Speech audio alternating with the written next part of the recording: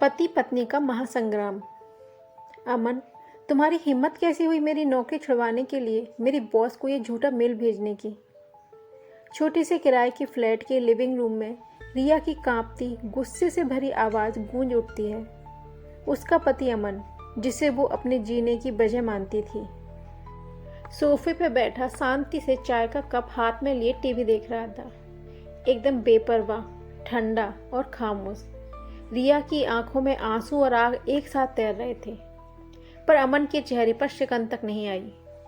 उसने चाय की चुस्की ली, कप सेंटर टेबल पर रखा और अपने बैग से एक लिफाफा निकालकर टेबल पर खिसका दिया।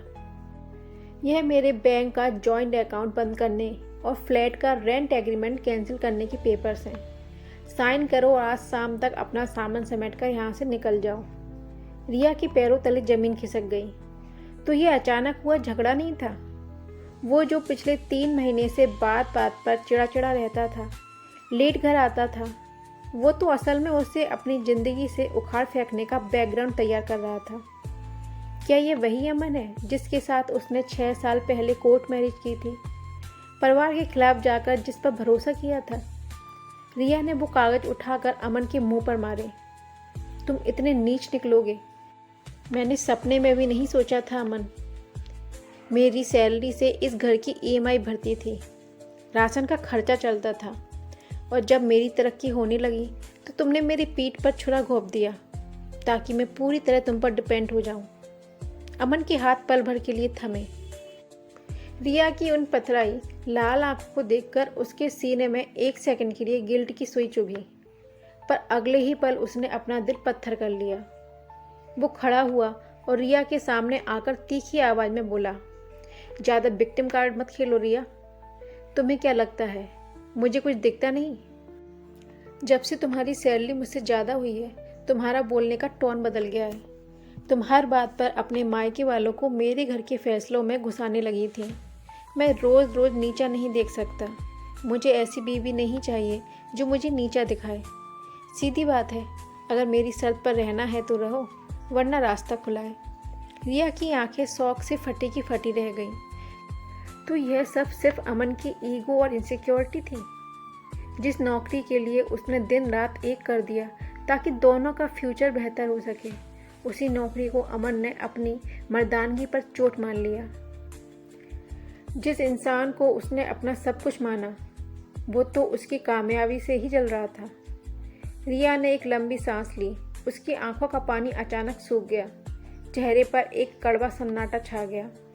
वो अमन की आंखों में आंखें डालकर धीमी पर कटीली आवाज़ में बोली, गलती तुम्हारी नहीं है अमन, गलती मेरी थी, जो मैंने एक छोटे दिमाग और उससे भी छोटे दिल वाले इंसान को अपना भगवान मान लिया था। तुम्हें लगता था कि मेरी जॉब छुड़वाकर तुम मुझे रास्ते पर ला दोगे और मैं तुमसे भीख मांगूंगी। रिया मुड़ी, बेडरूम में गई और अपना ट्रॉली बैग खींचकर बाहर लाई। उसने अलमारी से अपना पासपोर्ट, अपने ओरिजिनल सर्टिफिकेट्स और सेविंग की चेकबुक निकाली। अमन हंसते हुए बोला, बैग उठाकर जाने का नाटक मत करो रिया। तुम्हारे पास अब ना नौकरी है, ना रहने की जगह। 2 दिन में मायके वालों का ताना सुनकर वापस यहीं आओगी पैर पकड़ने। रिया दरवाजे के हैंडल पर हाथ रखकर रुकी। उसने पीछे मुड़कर अमन को देखा।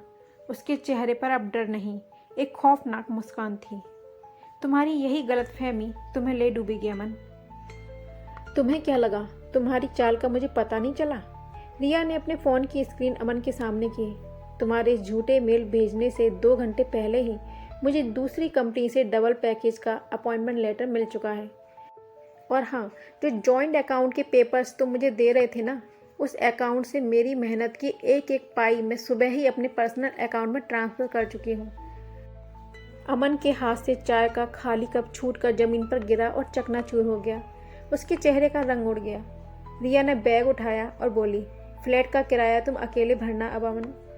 और रही बात इस घर की, तो ये ताला तुम बाहर से लगाओ या अंदर से, अब फ़र्क नहीं पड़ता, क्योंकि तुमने सिर्फ एक बीवी नहीं खोई, अपनी ज़िंदगी की आखिरी ढाल खो दी है। और इसके साथ ही रिया ने ज़ोर से दरवाज़ा बंद किया। धड़ाम की आवाज़ पूरे सन्नाटे में गूंज उठी।